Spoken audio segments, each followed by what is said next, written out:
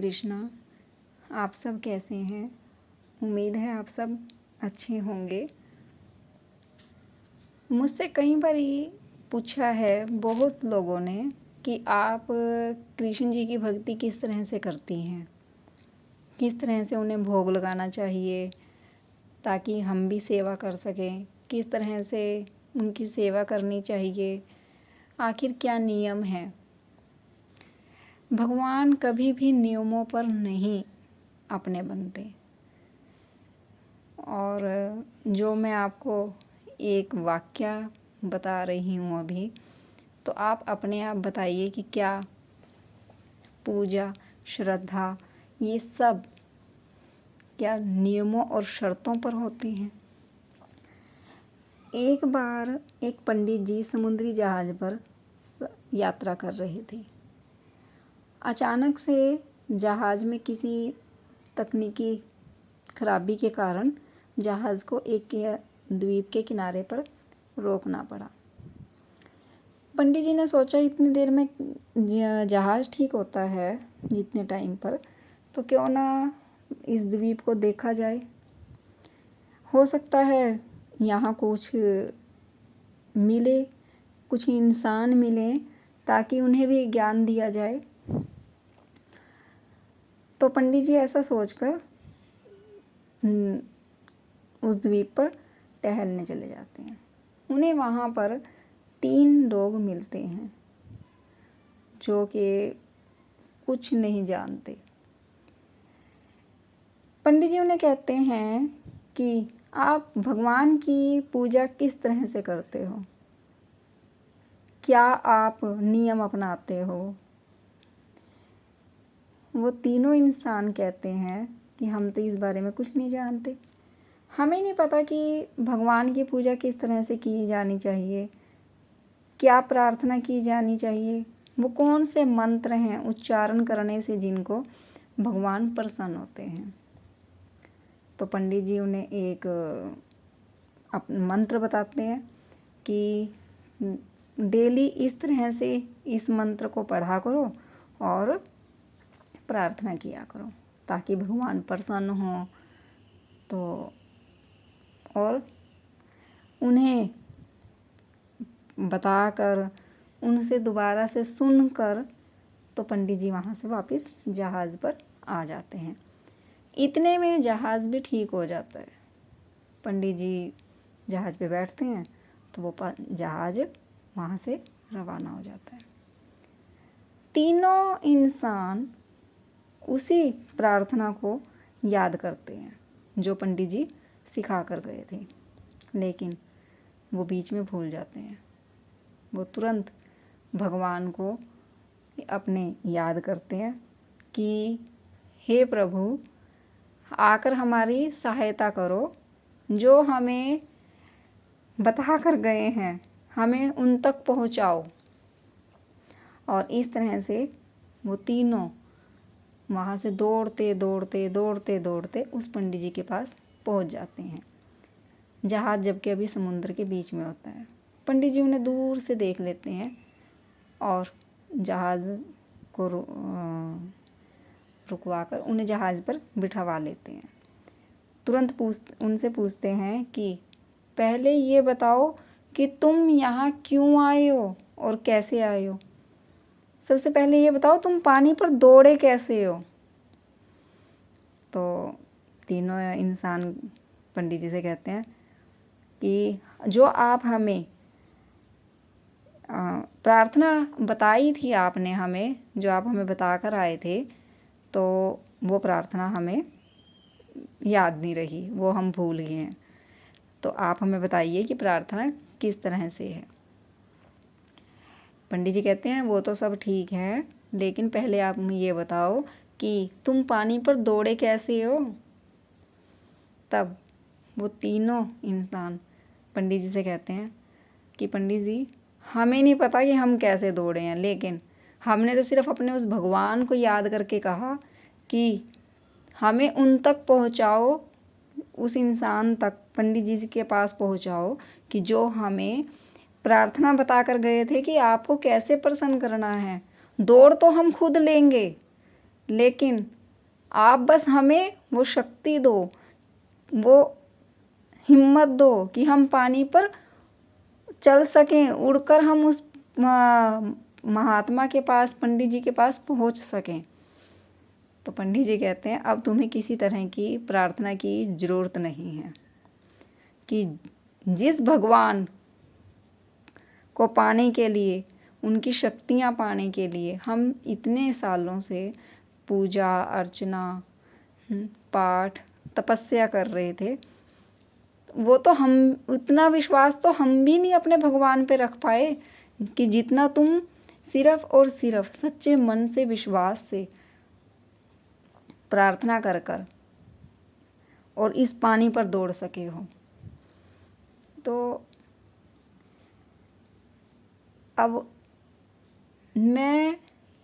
मैंने ये बात इसीलिए आपको बताई है कि हमारे भगवान, जिन्हें, जो हमारे इष्ट देव हैं, जिन्हें हम श्रद्धा से मानते हैं, पूजते हैं, वो किन्हीं नियमों या शर्तों पर कभी भी नहीं होते, वो किसी बंधन में नहीं होते। बस आप उन्हें श्रद्धा से, विश्वास से बुला कर देखिए, अपना बना कर देखिए। वो किसी चीज़ के भूखे नहीं हैं, किसी भोजन के, वस्त्र के, किसी चीज़ के भूखे नहीं हैं। उन्हें सिर्फ और सिर्फ आपकी आस्था चाहिए, वो विश्वास चाहिए। वो विश्वास जैसे एक बच्चे को अपने पिता पे होता है कि ये मेरा पिता है और ये मुझे भूखा नहीं मरने देगा, मेरी माँ मुझे भूखा नहीं मरने देगी। अगर वो वही विश्वास जब इंसान अपने भगवान पे करता है, तो वो भगवान भी पूरी श्रद्धा और विश्वास से, पूरी शक्ति से ऐसे इंसान की सहायता करने के लिए हमेशा साथ रहते हैं, उन्हें कभी अकेला नहीं छोड़ते। मेरे कहने का मतलब सिर्फ इतना है कि आप अगर व्रत नहीं रख सकते हो, तो ऐसा नहीं है कि आप भगवान की पूजा नहीं कर सकते या आप उन्हें भोग नहीं लगा सकते।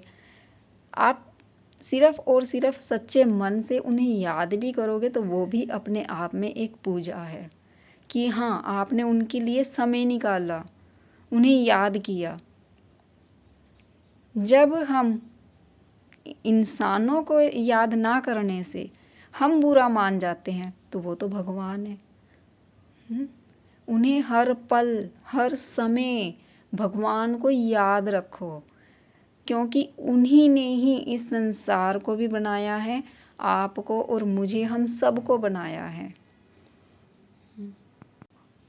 और रामायण में तो लिखा भी है, जैसी रही भावना जैसी, प्रभु मूरत देखी तिन वैसी। आप जिस रूप में, जिस भावना से भगवान को, अपने इष्ट देव को याद करोगे, आपको वो उसी रूप में आपको दिखाई देंगे। यदि आप मानते हो कि भगवान नहीं है, तो वो नहीं है, वो सच में नहीं है फिर। लेकिन यदि आप मानते हो कि हाँ, भगवान हैं, आपके इष्ट देव जिन्हें आप मानते हो, पूजते हो, वो हैं, तो वो हैं, वाकई में हैं।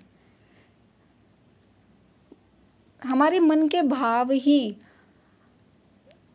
उस शक्ति तक, उस परम शक्ति तक हमें लेकर जाती हैं।